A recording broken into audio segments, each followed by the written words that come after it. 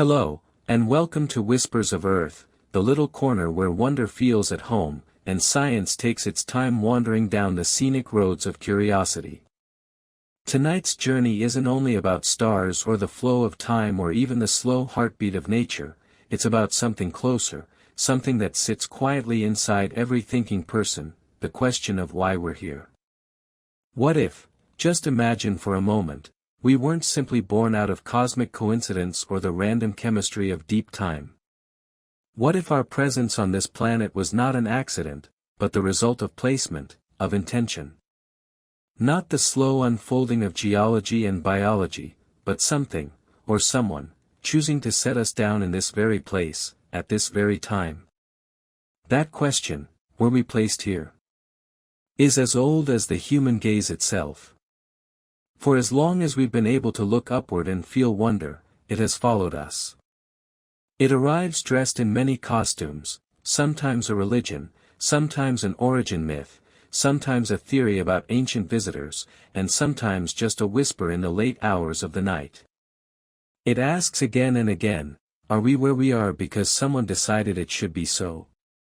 Before we step deeper into this idea, I'd like to bring you into the present. Where are you right now? Are you curled up somewhere quiet, letting the day fade into evening? Are you out walking beneath the city lights or the dim hum of the world around you? Maybe you're sneaking in a few thoughtful minutes between the noise of work and life.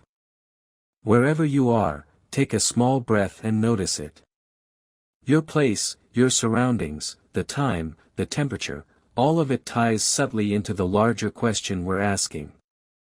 Because before we can ask whether humanity was placed here, we might start by noticing where we are and how we feel right now.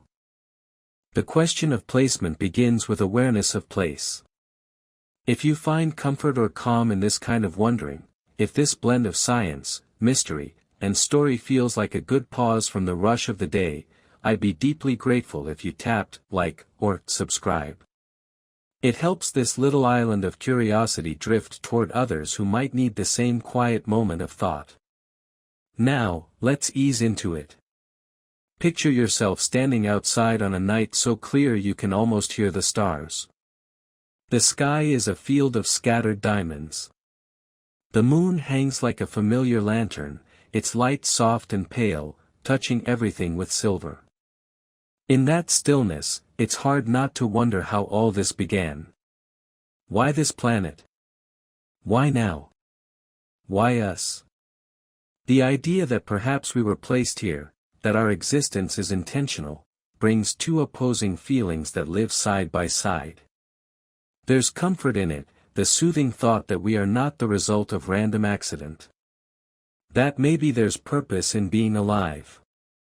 And yet there's unease too. Because if we were placed, then someone, or something, did the placing, and that opens 1,000 more questions about who, why, and to what end.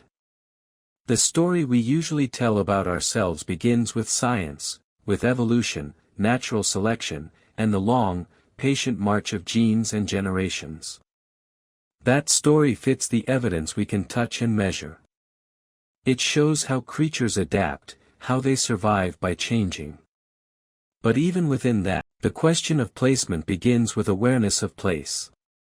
If you find comfort or calm in this kind of wondering, if this blend of science, mystery, and story feels like a good pause from the rush of the day, I'd be deeply grateful if you tapped like or subscribe.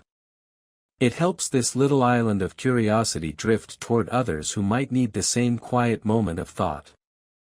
Now, let's ease into it. Picture yourself. Why did our minds open so quickly?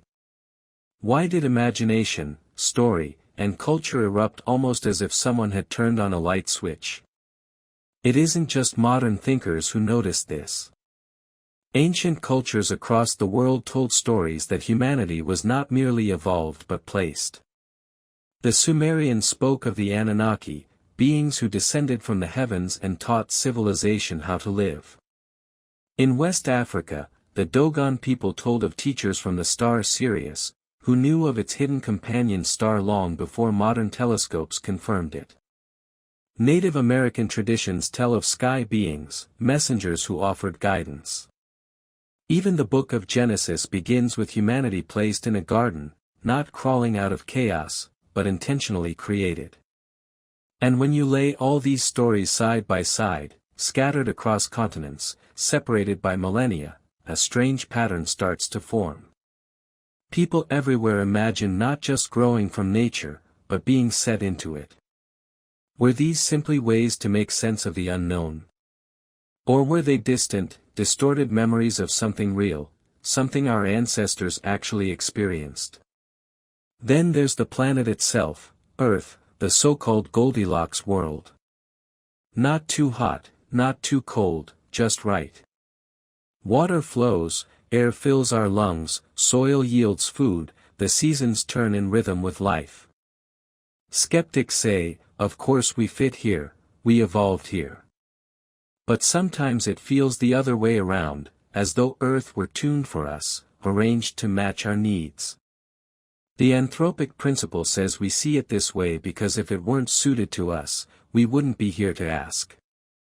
Still, many can't shake the feeling that coincidence alone can't account for it. Maybe Earth was chosen, a stage set for humanity's story.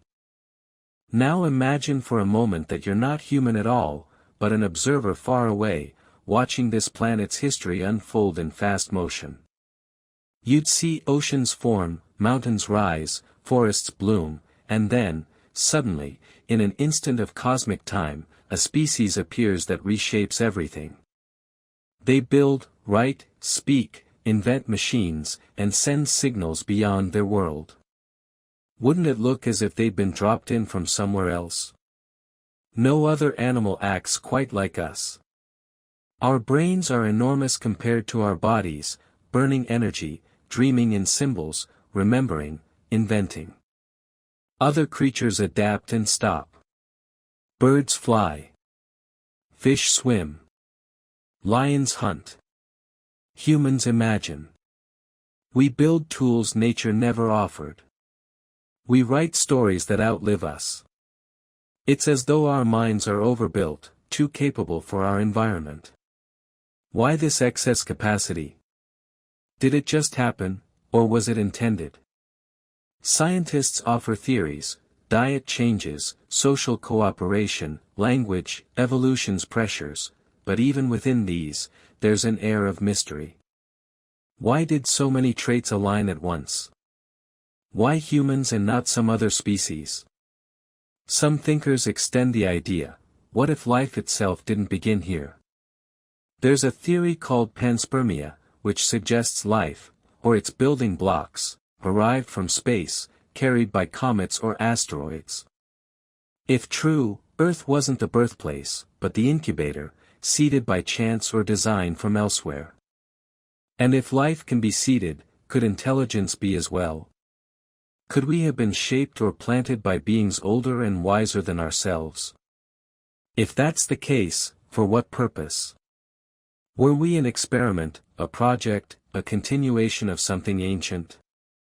Or, more strangely, what if the ones who placed us here weren't aliens at all, but humans from the future, reaching backward through time to ensure their own beginning? Speculative, yes. But this idea has a haunting symmetry, life folding back on itself, cause and effect becoming circular. Wild as it sounds, these thoughts endure because they touch something deep. We want to know that our presence matters. That our existence isn't a cosmic fluke. So when we ask, what if we were placed here, we're really asking about meaning, not just mechanics.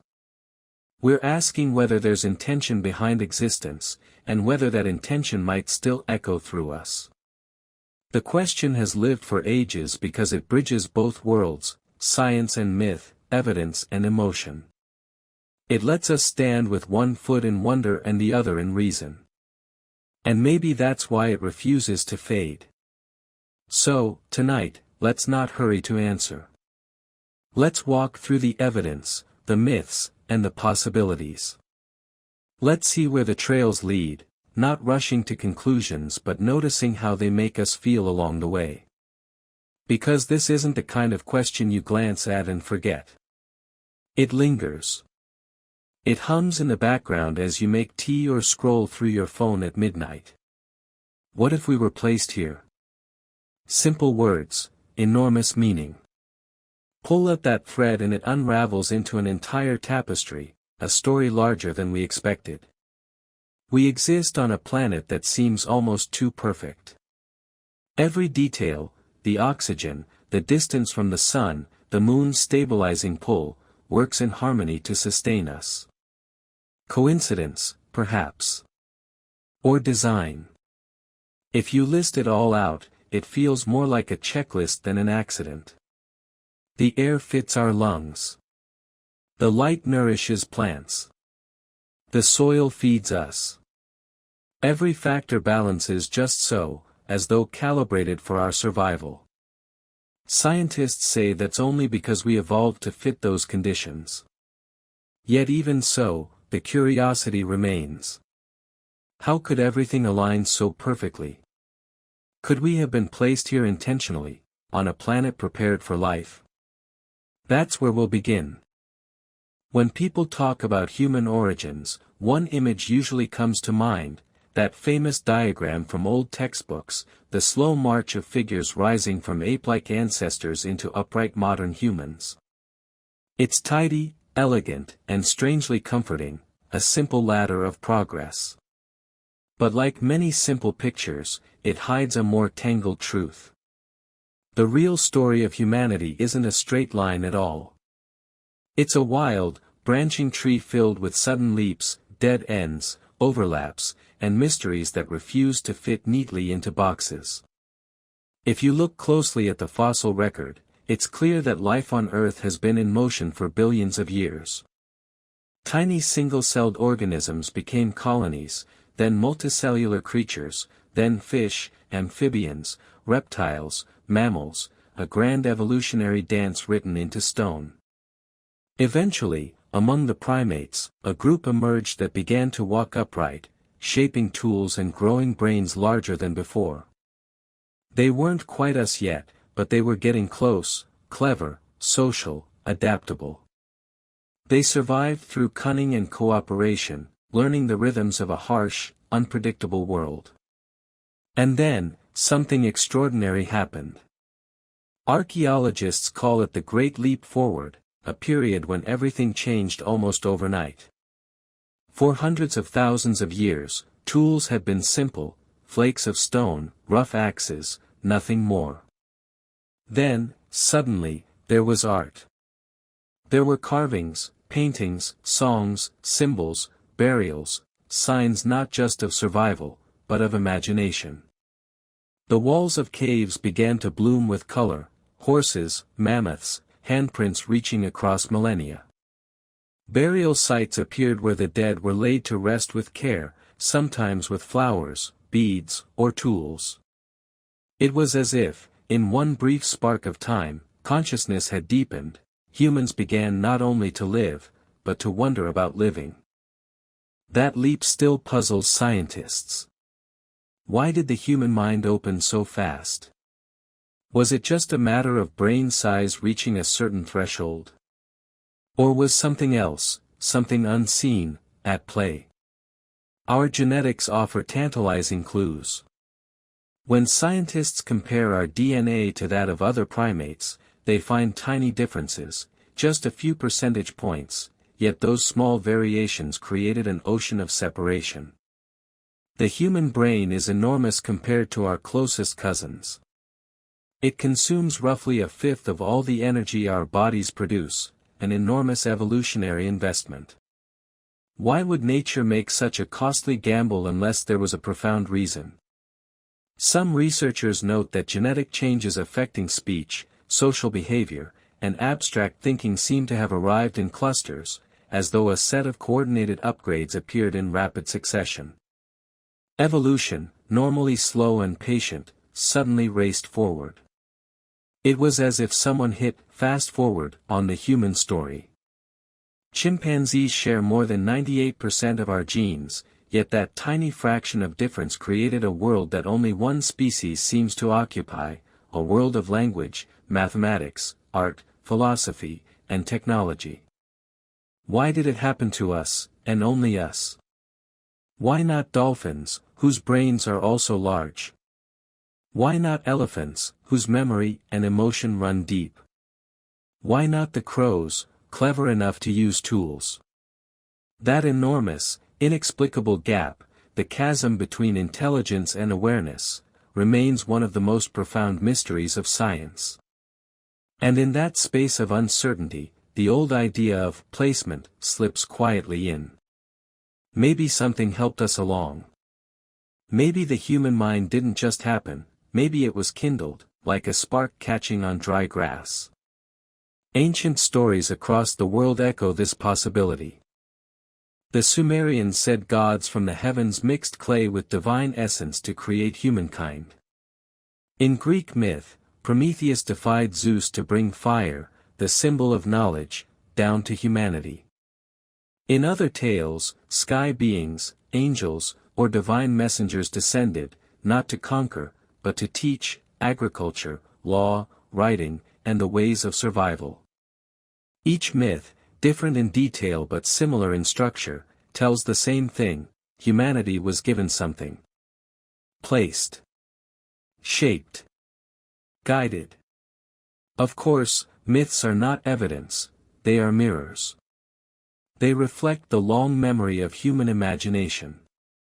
But sometimes, what we call imagination is simply the blurred recollection of something real, something distant that time has turned into story. What if the gods in those myths weren't supernatural at all, but beings misunderstood by ancient eyes, travelers, teachers, visitors? When you look at the archaeological record, you find moments that seem almost too advanced for their time. Take Göbekli Tepe in modern-day Turkey, a site over 11,000 years old, built long before farming, writing, or metal. Massive carved pillars arranged in circles, decorated with animals and symbols. By all accounts, humans then should have been simple hunter-gatherers, yet here they were building monuments of incredible complexity. How? Why? The same question hangs over Egypt's pyramids, the precision of Incan stonework, and the mysterious structures of South America. Civilizations appear as if they started already advanced, as though the knowledge to build and organize had been delivered rather than discovered. Perhaps humanity was nudged, or taught, by others who had come before. Perhaps we didn't stumble into civilization. Perhaps we were led. Language itself deepens the mystery. The ability to convey complex ideas, to talk about things not here, not now, to plan, to dream, seems to have appeared almost fully formed. There are no half-languages preserved in history. Wherever humans exist, language exists, rich, layered, complete. It's as if, once the capacity arrived, it did so all at once. Did evolution alone produce that miracle of speech? Or did something, or someone, hand us the key to it?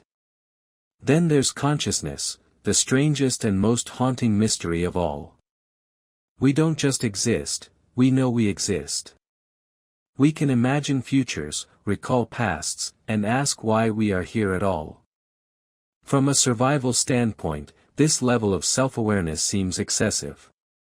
You don't need to ponder the stars to find food or shelter.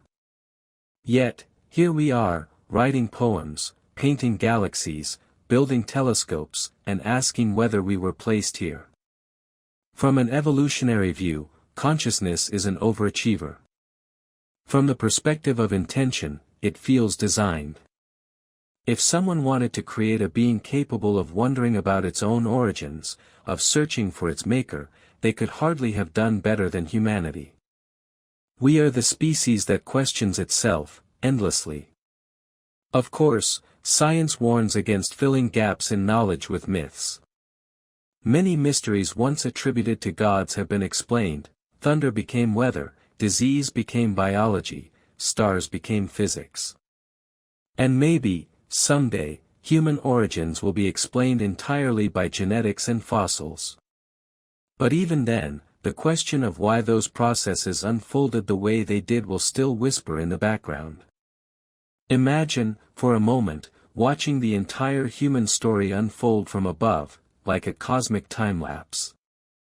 At first, there are scattered tribes, small fires flickering in the dark. Then, suddenly, art blooms. Villages form. Cities rise. Ships sail. Machines roar. Satellites spin. The transformation is breathtakingly fast, almost unnatural. If you didn't know better, you might think some invisible hand had accelerated the timeline. And maybe that's why, even when the science is sound, the feeling remains. Something about our rise doesn't seem ordinary. Something in our story carries the flavor of design, not necessarily divine, but deliberate. Maybe being placed doesn't mean being built like statues by gods, but being nudged into awareness, guided through thresholds of thought. Maybe the very urge to ask questions, to seek, is the evidence. Perhaps our curiosity is the signature left behind by whoever, or whatever, placed us here. Maybe that was the point all along, to awaken, to look up, and to ask why. When you step back from all of this, the puzzle of human origin becomes more than a scientific question. It's emotional, spiritual, philosophical. It isn't just about bones and genes, it's about wonder.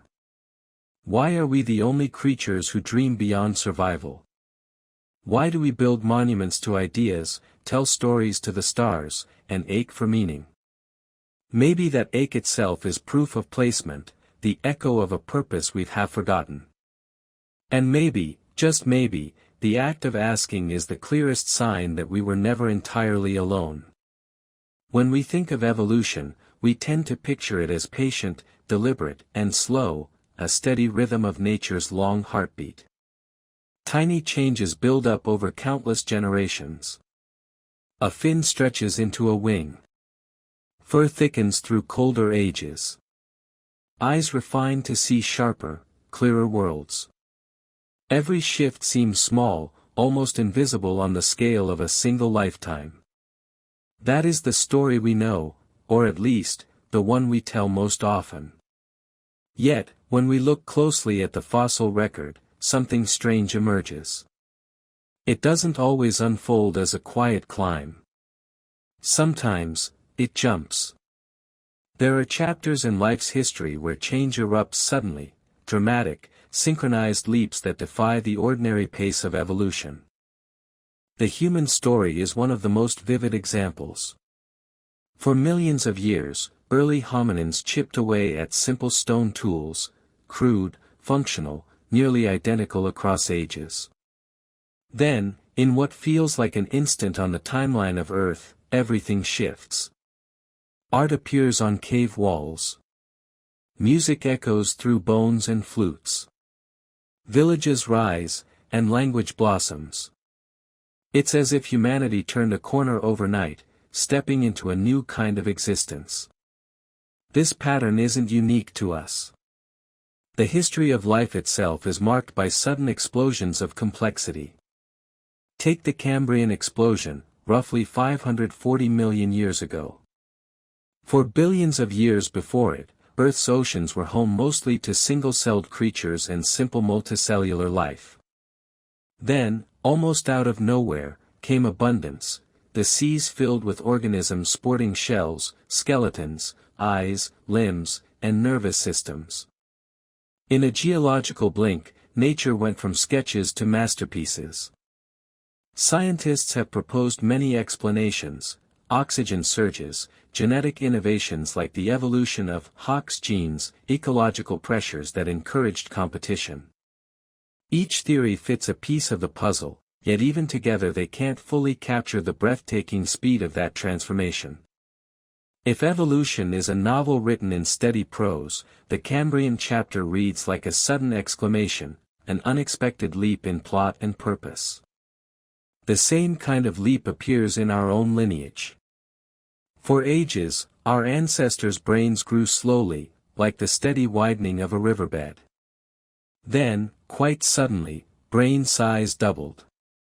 That single leap brought language, imagination, memory, and an insatiable hunger for meaning. But such a leap came with enormous biological costs. Larger brains require immense energy. They make childbirth more dangerous and infancy more fragile. So why did nature take such a risk, and so quickly? Some evolutionary models call this pattern punctuated equilibrium, long periods of calm interrupted by short bursts of intense change. In this view, evolution doesn't climb smoothly like a ramp, it moves like a staircase, flat stretches of stability followed by abrupt jumps. That might explain the rhythm, but not the reason. Why do those bursts arrive when they do? And why, time after time, do they seem to push life toward greater intelligence, complexity, and awareness? Consider the invention of language. For countless generations, communication among early humans was likely simple, gestures, grunts, expressions. Then, seemingly all at once, a switch flips. Language becomes intricate, symbolic, poetic. Humans begin to name things, to tell stories, to imagine gods and futures. That single leap changed everything, it turned survival into culture. The same holds true for agriculture. For over 90% of human history, we wandered the world as hunters and gatherers, following the seasons. Then, almost everywhere at once, people began to plant seeds, tame animals, and build villages. The earth became a partner, not just a backdrop. Cities followed, then writing, law, architecture, and art. In the scale of human time, the transition was breathtakingly quick, a revolution measured in centuries rather than millennia. Even technology moves in leaps. For thousands of years, we carved stone. Then came bronze, then iron, then electricity, then spaceflight, each burst arriving faster than the last. The timeline of progress seems to fold inward, accelerating as though drawn toward some invisible horizon. Why do these leaps happen? Are they simply the way nature works, a hidden rhythm of the universe? Or are they hints, signatures, moments of subtle intervention? Some thinkers have suggested that perhaps life itself doesn't evolve in a vacuum. Maybe it's guided, encouraged, or periodically tuned by forces beyond what we currently understand. Not necessarily divine in the traditional sense, but intelligent, deliberate, and ancient.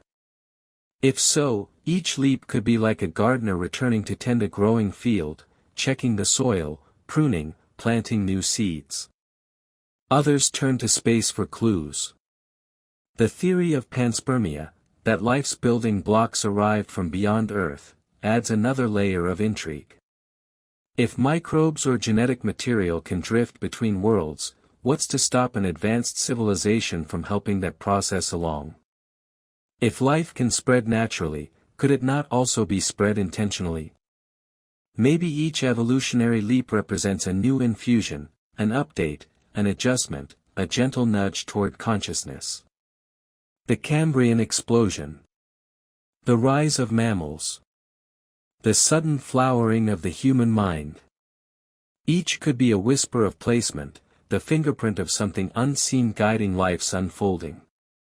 It's a thrilling thought, and yet it treads the edge between science and myth, where data fades into mystery. Ancient stories often describe these leaps not as accidents, but as gifts. Prometheus bringing fire. Gods descending to teach farming or writing. Messengers from the heavens gifting humans the tools of progress. Different languages, different symbols, but the same story again and again.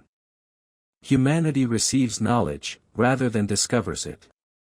Maybe that's coincidence.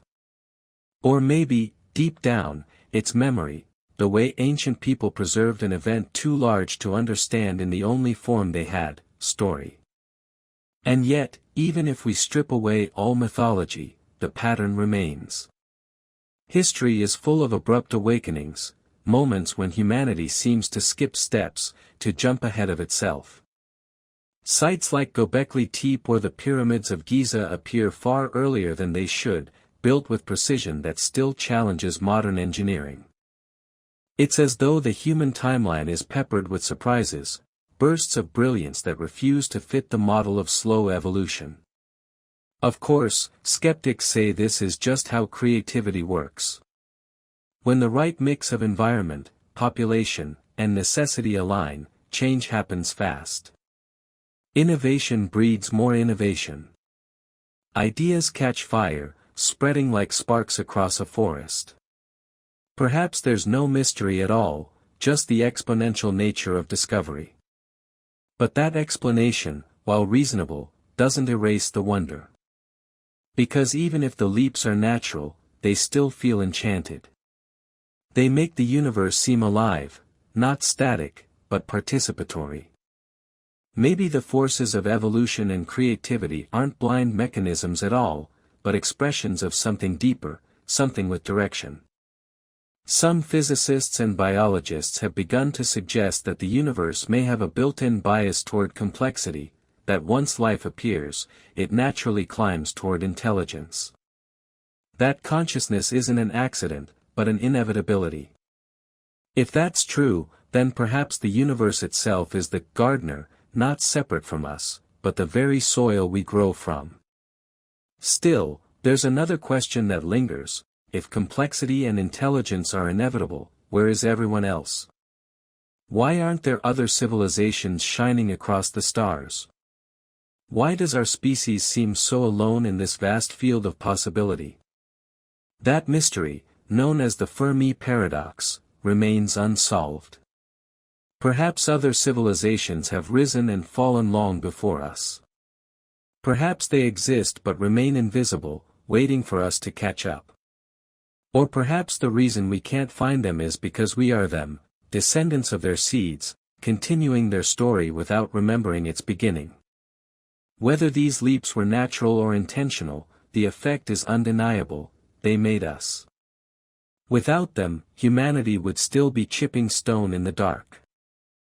Instead, we're gazing at the cosmos, wondering if someone, or something, once looked back. And maybe that's the greatest leap of all. Not the jump in intelligence, but the moment we began to ask. Because the act of wondering itself is a threshold, a crossing point from existence into awareness.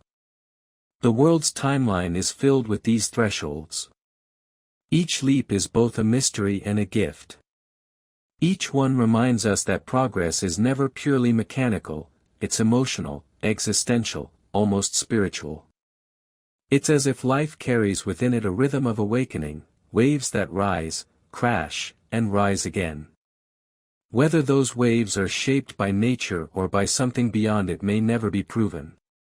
But the feeling, the deep intuition that something extraordinary moves beneath the surface of our history, is impossible to ignore. If life is a story, then these leaps are its chapters of revelation, moments when the plot turns, when the universe seems to whisper, "Now, go further." And maybe, just maybe, those whispers are the voice of whatever placed us here, calling us onward. Across every corner of the earth, wherever human beings have gazed upward, they've told stories about the sky. Sometimes the sky was heaven, the realm of gods. Sometimes it was the birthplace of ancestors. Sometimes it was the endless, unreachable sea from which all creation descended. But always, the sky mattered. It was the source, the origin, the place from which something greater came. It's remarkable how similar these sky stories are, even though they emerged in places and times separated by oceans, deserts, and centuries. Civilizations that never met still shared a striking idea, that life, knowledge, and power came from above. The Sumerians, among the first known civilizations, told of the Anunnaki, beings who descended from the heavens to shape and guide humanity. They claimed these visitors taught agriculture, architecture, mathematics, and law. Their rulers even traced their bloodlines to these sky-born teachers, believing themselves half-divine, bridging heaven and earth. Historians usually call this mythology. But the Sumerians themselves carved it into clay as history, not metaphor. In ancient Egypt, the theme continues. Deities like Thoth, Osiris, and Isis were said to bring wisdom, order, and civilization to humankind. The pyramids, those timeless triangles of stone, seem to echo that connection, reaching upward toward the stars. Their alignment is uncanny. The shafts within the Great Pyramid point directly toward Orion's belt and Sirius, the same stars revered by the Sumerians and later by the Dogon people of West Africa. It's as though the builders wanted the dead, and perhaps the living, to remain in communion with the heavens. The Greeks told of Prometheus, who stole fire from the gods and gave it to humans, an act of defiance that ignited civilization itself. The fire wasn't just warmth or light, it was knowledge, technology, creative power. Again, the story's shape is familiar. Humanity's sudden leap forward comes from above, from an outside hand. Look to the Americas, and the same echo resounds. The Mayans believed that their gods came from the sky and crafted humans in stages, first from mud, then wood, then maize. They said the early versions failed until the final form, the one we know, was created to see, speak, and worship. Their temples, with their steep steps rising to the clouds, were built as bridges between worlds. And every alignment, to the sun, the moon, the solstice, reinforced that upward connection. In the Andes, the Inca told of Viracocha, a great teacher who emerged from the sea and ascended into the sky after giving humanity language, law, and knowledge. Many native North American tribes also speak of star people, luminous beings who descended to teach or to warn, leaving behind signs that shape traditions for generations. In West Africa, the Dogon people told stories of visitors from Sirius, describing, long before telescopes existed, that the star had a smaller, invisible companion. Modern astronomers confirmed this only in the 20th century. Coincidence? Careful observation? Or something passed down from an encounter we no longer remember clearly? Even across the Pacific, Polynesian myths tell of gods and ancestors who arrived from the sky on flying canoes, crossing both sea and heaven. And in the ancient Indian Vedic texts, there are Vimanas, flying chariots of the gods described in remarkable technical detail, capable of ascending, maneuvering, and even waging aerial battles. Were these poetic metaphors for storms and clouds? Or memories translated into mythic language? In China, the legendary Yellow Emperor, considered the father of Chinese civilization, was said to have descended from the heavens in a dragon of light and, after teaching humanity medicine, agriculture, and governance, ascended back to the stars. And in the Hebrew and Christian traditions, the theme repeats yet again. A God who creates humanity from the dust, breathes life into them from above, and places them in a garden. Angels who descend from heaven to deliver messages, to guide, to warn.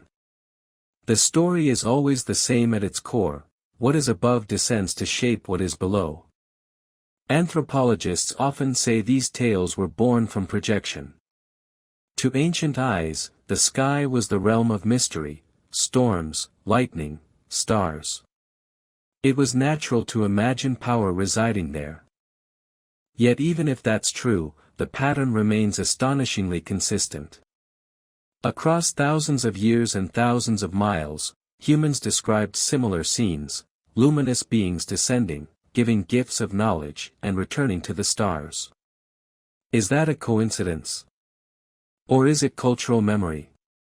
If something truly did happen long ago, if visitors came, if humanity was helped or placed, wouldn't it make sense that the memory would survive in the only form available?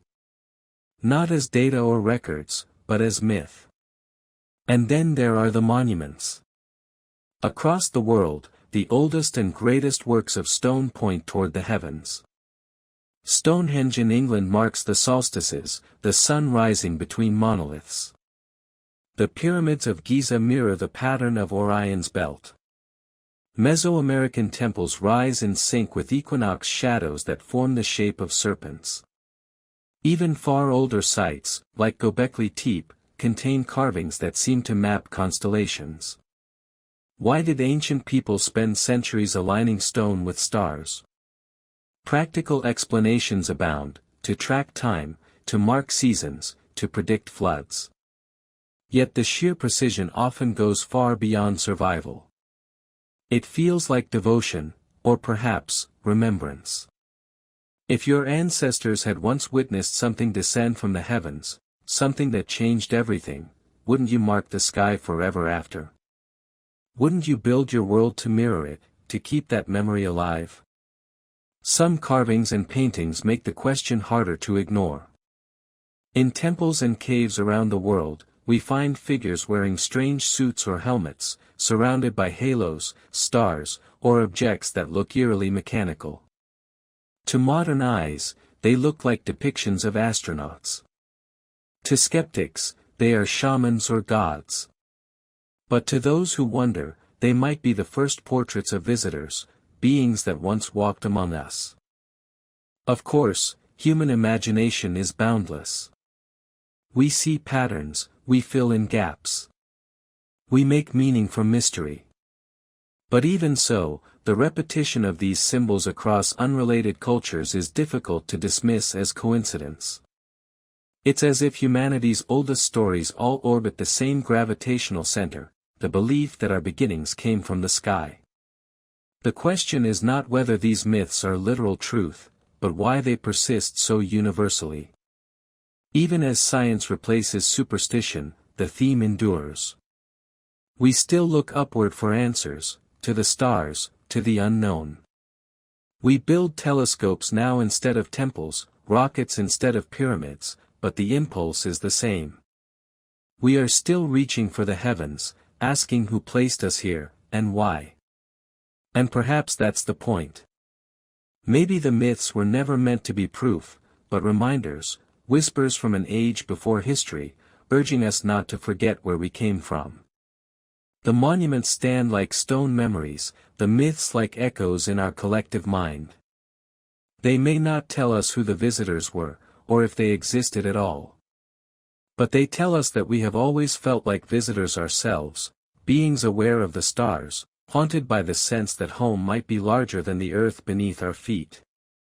When you stand at the base of a pyramid or trace the weathered carvings of an ancient temple, you can almost hear the silence speak. It's a silence full of awe and question, of devotion and curiosity. Stone, after all, doesn't need to shout. It endures. And through it, our ancestors left messages not in words but in geometry, light, and alignment.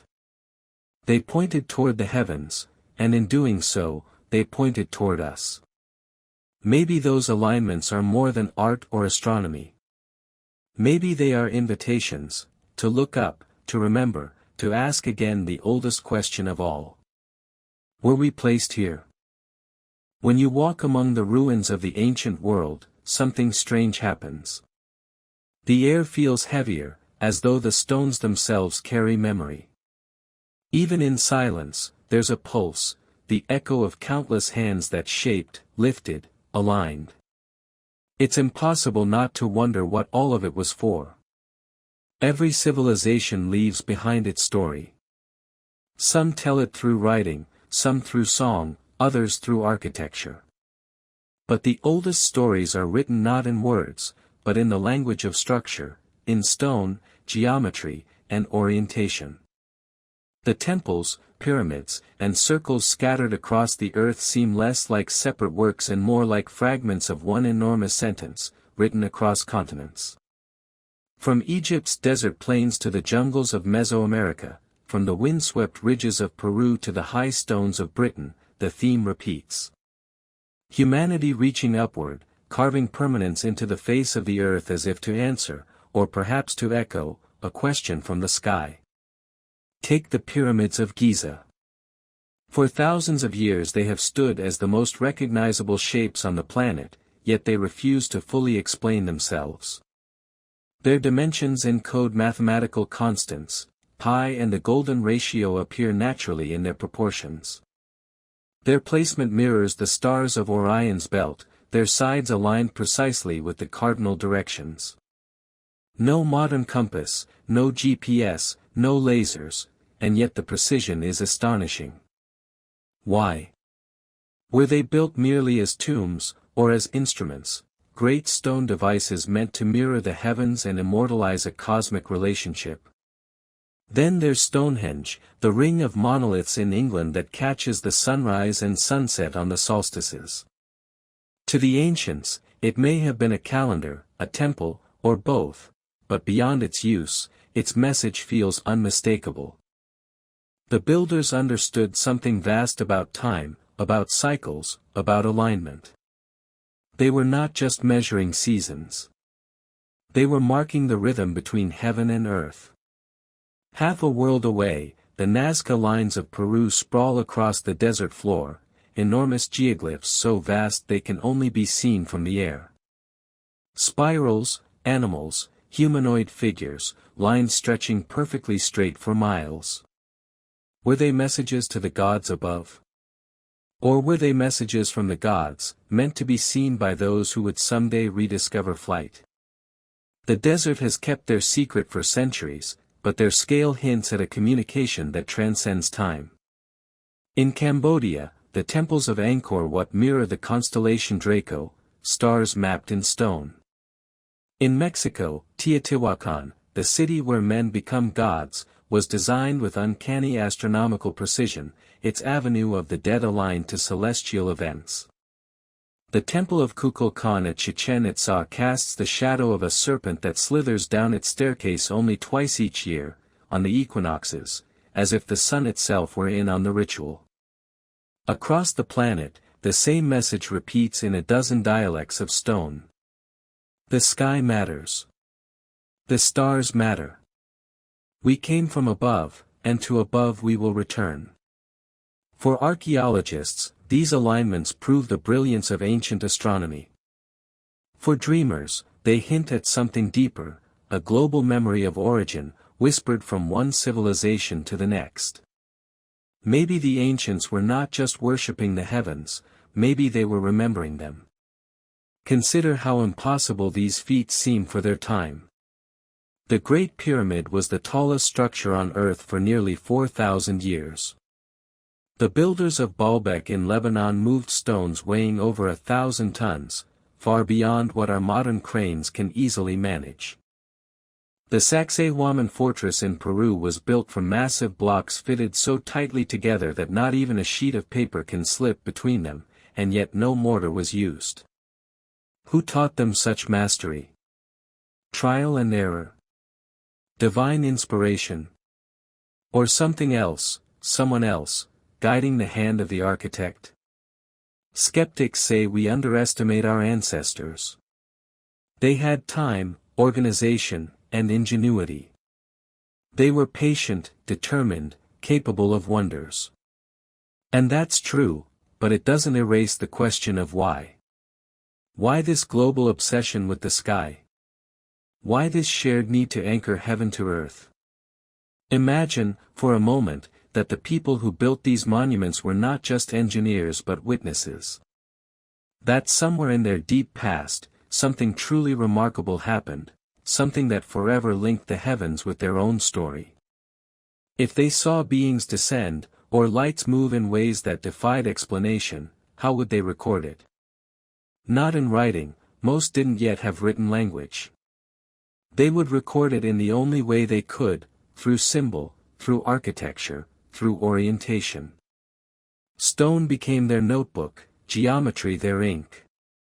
And perhaps that's what these sites truly are, not temples of worship, but archives of memory. They are the first libraries of the human soul. Each one carries a feeling, a design choice, a whisper of communication. The same angles, the same ratios, the same fascination with the stars, repeating again and again as though part of a coded message.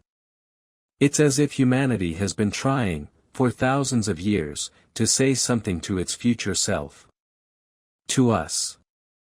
We, the modern ones, with satellites and science, still haven't deciphered that message completely. But we can feel it. Stand beneath the vast stones of Giza or the shadow of Machu Picchu, and there's an unmistakable sense of recognition, as though you've stumbled upon a memory you didn't know you had. The geometry resonates somewhere deep, ancient, and wordless. Perhaps that's because these monuments were never meant to explain, they were meant to remind. Remind us of what it feels like to belong to the cosmos. Remind us that we are not separate from the heavens, but extensions of them. That maybe we didn't just evolve here, we were placed here, gently, purposefully, like seeds in fertile soil. And maybe those who came before us, whether gods, teachers, or travelers, wanted us to remember not them, but the wonder itself. So they left signs that would last longer than words. Stone survives flood and fire. It endures even when languages vanish. And so, through architecture, they ensured the question would survive: where did we come from? If that was their goal, they succeeded. Thousands of years later, we still walk among their monuments, still measure the angles, still marvel at the alignments, and still feel the same pull toward the stars. Their message was never lost. It's been humming quietly in our collective imagination all along. Because in the end, maybe these ancient sites aren't proof of contact, they're proof of continuity. The same wonder that lived in them lives in us. They looked upward and felt small, yet chosen. We look upward and feel the same. Perhaps that's the true inheritance of the human race, not technology or empire, but awe. We build, we measure, we search, not because we expect an answer, but because something deep inside us remembers there is one.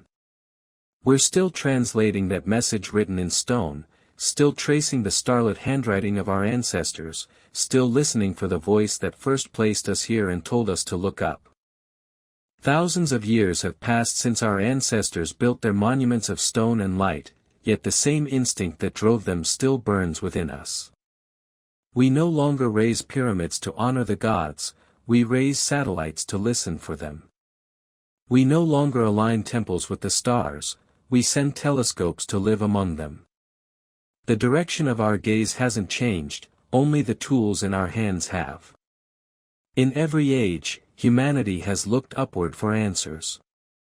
And in this modern era, that longing has transformed into science, a new language for the same old wonder. We build observatories in deserts and mountains, away from the glow of cities, to reclaim the sky our ancestors once knew by heart. We launch machines that orbit the earth, not to worship the heavens but to understand them. Yet beneath all our equations and instruments, the same quiet question hums: are we alone? The search for extraterrestrial life, for other beings somewhere out there, might be the most human pursuit of all. We cloak it in data and probability, in spectrographs and signal analysis, but at its core it's an emotional quest. It's the desire to find out if the feeling that we were placed here has an echo elsewhere. If other minds, other hearts, look up from distant worlds and feel the same wonder. For decades, scientists have listened. The SETI program scans the heavens for whispers of intelligent radio waves. Probes like Voyager and Pioneer carry messages engraved in gold, a cosmic greeting card from Earth, drifting through the endless dark. Each mission is a small act of faith, the belief that someone might find us, that we're not speaking into an empty void. And yet, the silence remains. No clear reply. No handshake across the stars. Just the faint cosmic background, the soft hiss of creation itself. But that silence is not proof of loneliness. It might simply mean that contact isn't about hearing a voice, it's about recognizing a pattern. Maybe the evidence has been here all along, not out there, but down here, written into our biology, our myths, our instincts. Maybe what we're looking for is the reflection of our own origin story, scattered like breadcrumbs across time. Every telescope we launch, every rover we send, every spectrum we analyze, it's all part of the same impulse that once led humans to carve spirals into cave walls and align stones with the stars. We are, in essence, doing what we have always done, reaching upward, asking the sky to remember us. There's something poetic about the fact that we're now exploring Mars, the red world our ancestors once worshipped as a god. We've turned what was once divine into data, and yet the reverence remains. Every time a new image arrives, a mountain, a sunset, a plain untouched for eons, humanity pauses, collectively holding its breath. It feels sacred, even now. When Voyager 1 turned its camera back toward Earth and captured the pale blue dot, Carl Sagan said that everyone you love, everyone you know, every human being who ever was, lived out their lives on that mote of dust suspended in a sunbeam. That single image did more than humble us, it reminded us how miraculous our placement truly is. A tiny sphere, perfectly balanced between fire and cold, carrying consciousness through an indifferent cosmos. Scientists call our home the Goldilocks planet, not too hot, not too cold, just right for life. But perhaps, just right, isn't an accident. Perhaps it's design, or destiny, or the inevitable result of the universe's own longing to know itself. Maybe the cosmos wanted eyes to see it, minds to wonder about it, and so it placed us here, right where the conditions for curiosity could bloom. In that sense, we are not separate from the universe, we are its awareness looking back at itself. Every atom in our bodies was forged in the heart of stars, scattered across space, and gathered again into the form we now inhabit. We are literally made of the same material we gaze at in awe. Perhaps being placed doesn't mean being dropped onto Earth from elsewhere, perhaps it means being assembled here by the universe's own hands. But still, there's the lingering question, the feeling that maybe we are not the first, nor the only. Mathematicians remind us that the galaxy holds hundreds of billions of stars, many with planets, and many of those with inhabitable zones. If even a fraction of them foster life, the odds say we cannot be alone. So where are they? Some suggest civilizations rise and fall before they can reach the stars. Others think they remain hidden, cautious, or uninterested in revealing themselves. And there's another possibility, that we are the continuation of them, their legacy carried forward through time or seed or memory. If life spreads through the cosmos, then every world that awakens is part of a larger chain, one long, unfolding act of placement. It's strange to realize that as we search the skies for our creators, we may also be preparing to become creators ourselves. Humanity now stands at the edge of interplanetary life. We are learning how to terraform, how to seed worlds with bacteria, plants, and atmosphere. In time, we may place life on other planets, and in doing so, will mirror the very mystery we've been trying to solve. We'll become the placers, the architects of beginnings. And maybe, in some far future, another intelligent species will look at the world we gave life to and ask the same question we ask now. Were we placed here? The cycle would continue, life seeding life, curiosity passing like a torch through the ages of the universe. If that's true, then we are both the result and the cause. We are not accidents, we are links in an endless chain of intention. Our search for extraterrestrial life might not be a quest for others, it might be a way of finding ourselves, of remembering that we are part of something immeasurably vast and ongoing. Because whether or not anyone placed us here, the effect is the same, we feel chosen. We act as if there's meaning. We build, explore, question, and reach, not because survival demands it, but because something deep inside us insists that the story is larger than survival. That insistence, that quiet, unshakable hunger to understand, may be the proof we've been seeking all along. It is the echo of our origin, vibrating through time.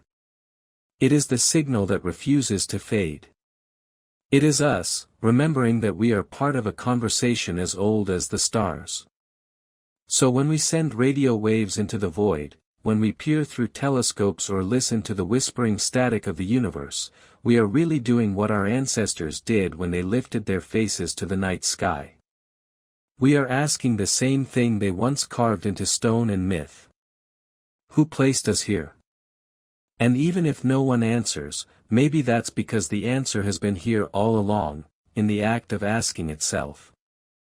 The question is not a plea, it's a signal. It says, we are awake. It says, we remember. By now, the question, were we placed here, has traveled a long way. It's passed through myth and science, through the bones of ancient monuments and the silence of space. But maybe the real journey isn't outward at all, maybe it's inward. Maybe the place we've been searching for isn't among the stars, but within ourselves. If we step back from the cosmic scale for a moment, something remarkable becomes clear. Everything we've discovered, every atom, every law, every pattern, fits together with exquisite precision. The same rules that govern the birth of galaxies also dictate the growth of a leaf. The same dance of matter and energy that shaped the stars also fuels our heartbeat. It's as if the universe repeats itself at every scale, whispering the same story in different languages. Physicists call this symmetry. Mystics call it unity. Poets call it wonder. But whatever word we choose, it points toward the same realization: everything is connected. Perhaps placement doesn't mean being dropped into the world by an external hand. Perhaps it means belonging to it so completely that we've forgotten we were never separate. We speak of being placed on Earth, but maybe we were placed as Earth, an expression of its consciousness, a way for the planet itself to look at the sky and see its own reflection. The idea that the universe might be conscious, that reality itself could be aware, is no longer only a poetic metaphor. Some physicists and philosophers are beginning to consider it seriously. They call it panpsychism, the notion that consciousness is not an accident or a side effect, but a fundamental property of existence. That awareness, in some form, pervades everything, from atoms to galaxies, and that what we call the human mind is simply a more focused version of that universal awareness.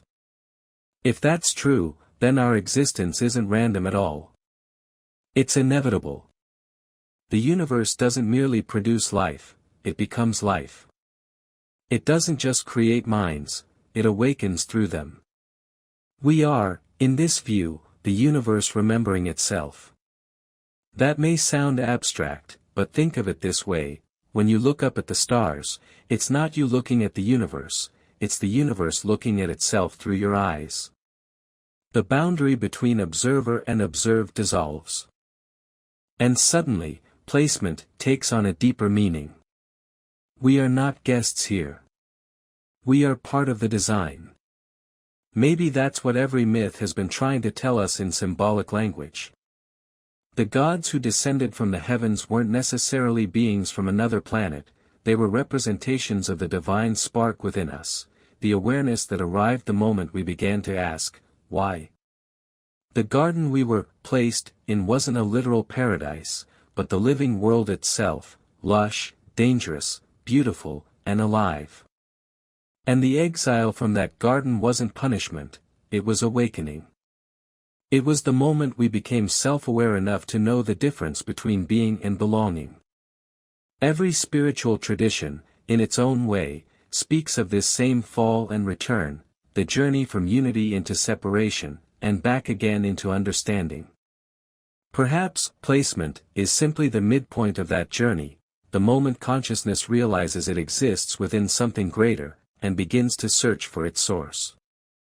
Science and spirituality, long thought to be opposites, may be describing the same process with different vocabularies. Science tells us that the universe began with a singularity, a point where everything was one. Spirituality tells us that creation began with divine unity, the oneness that became many. Both describe an unfolding from unity into multiplicity, from silence into form, from nothing into everything. And now, after billions of years, one of those forms, a small, curious species on a blue planet, has grown conscious enough to ask about its origin. That question is not a mistake, it's the culmination. It's the moment the story folds back on itself. To be placed may mean to be chosen for awareness, not in the sense of favoritism, but participation. We are the part of creation that can ask about creation. We are the mirror in which the cosmos can see its own face. Think about that for a moment. Every thought you've ever had, every love, every loss, every question, all of it is the universe experimenting with perspective. When we create art, we are continuing the work of creation. When we search for truth, we are honoring the laws that made truth possible. And when we look up at the night sky and whisper, "Why am I here?" we are completing a circle that began with the first spark of light. The concept of being placed, then, isn't about geography, it's about purpose. The earth isn't just where we live, it's the stage on which awareness learns to recognize itself. We are not trapped here. We are anchored here, for now, until we learn what it means to be creators ourselves. And maybe that's the next great leap in the story, not physical evolution, but spiritual evolution. We've learned to understand matter, to manipulate energy, to travel beyond our cradle. The next step is learning how to live with awareness, to act not as conquerors of our world, but as caretakers of the very consciousness that placed us within it. When we destroy forests, poison oceans, or turn away from suffering, we forget that everything is connected, that harming the world is harming ourselves. When we remember, truly remember, that we are placed as part of the living fabric, our perspective changes completely. Suddenly, compassion isn't a moral choice, it's physics. Empathy becomes the natural language of the universe, the way energy recognizes itself in different forms.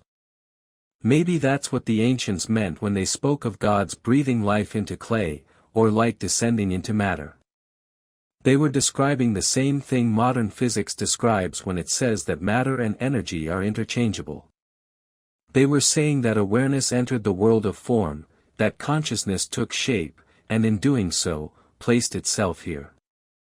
So, when we ask, were we placed here, perhaps the answer is both yes and no.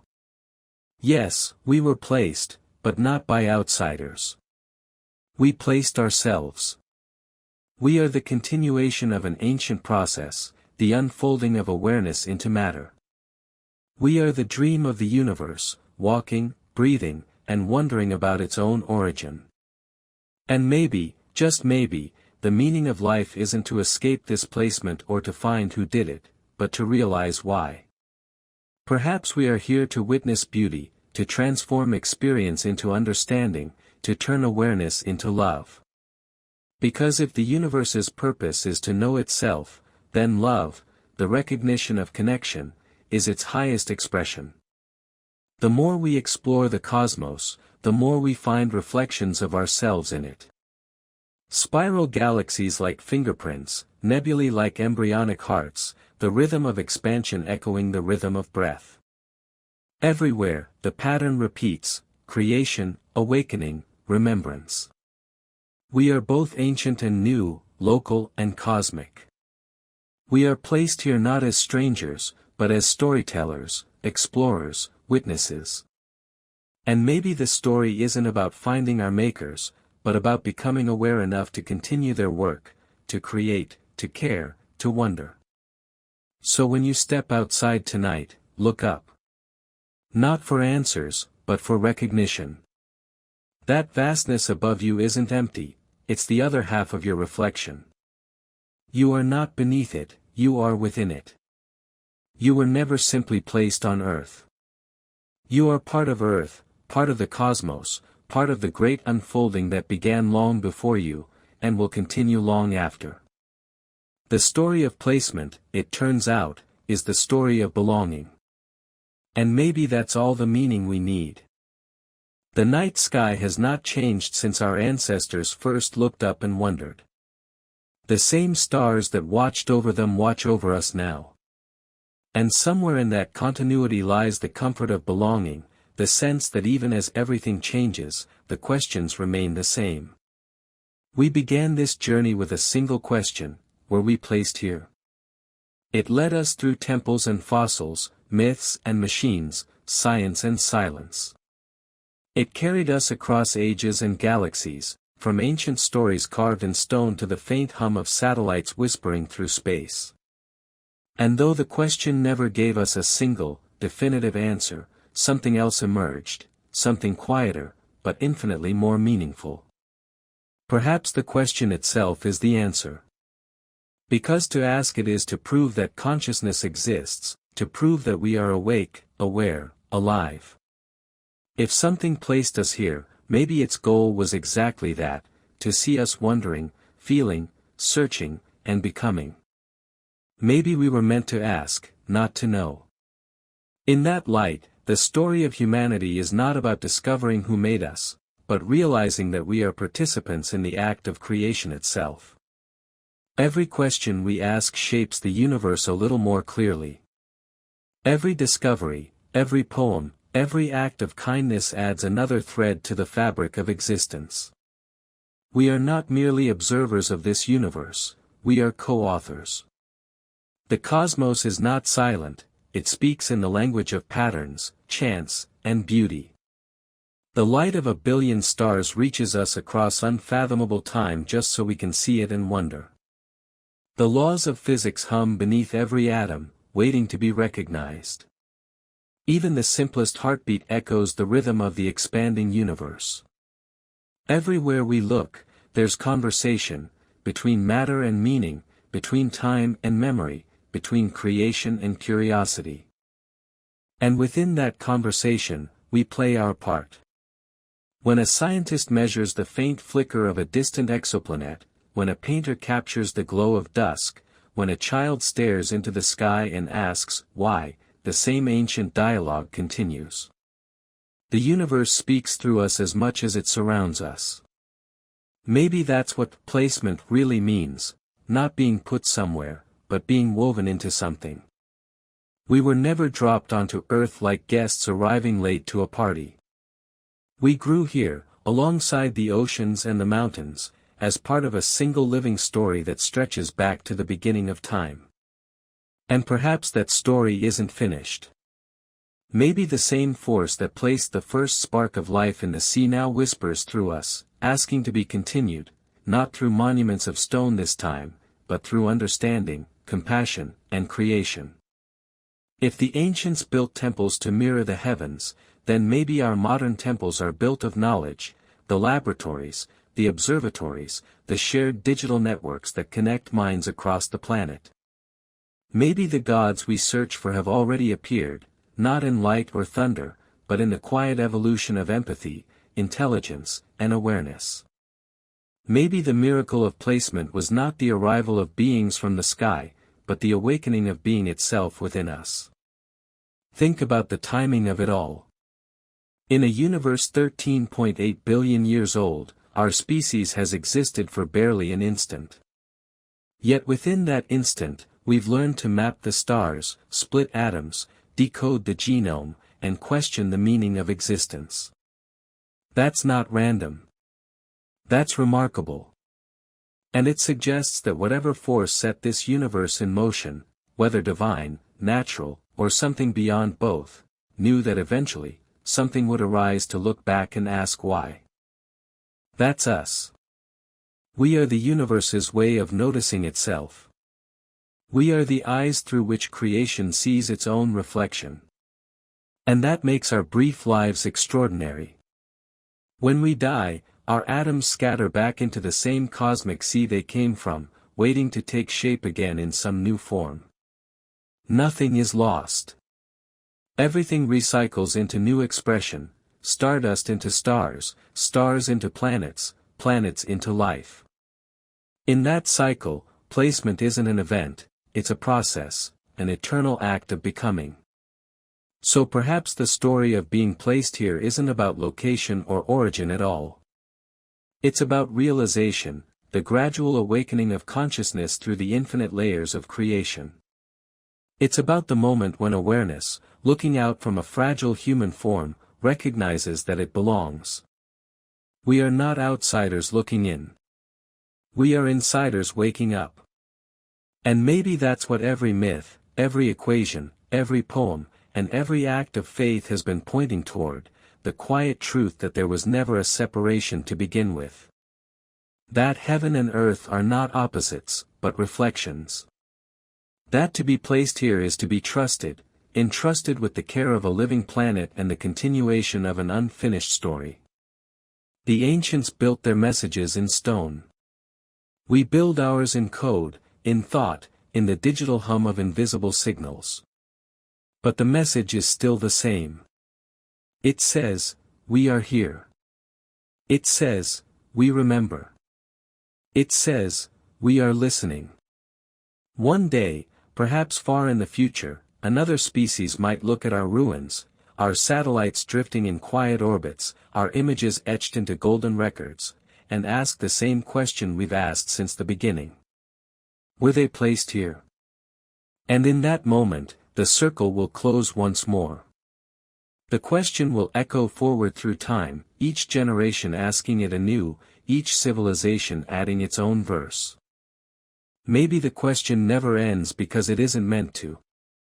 Maybe it's the heartbeat of the universe itself, the rhythm that turns curiosity into consciousness.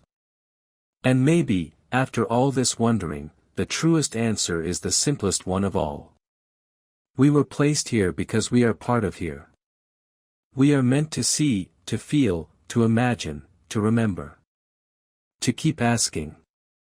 To keep reaching. To keep creating. Because in the end, that's what being human really means. To stand beneath the vastness of the cosmos and, with equal parts fear and wonder, whisper the oldest words we know. I am here. And somewhere, in the silence between the stars, the universe whispers back. Yes. You are.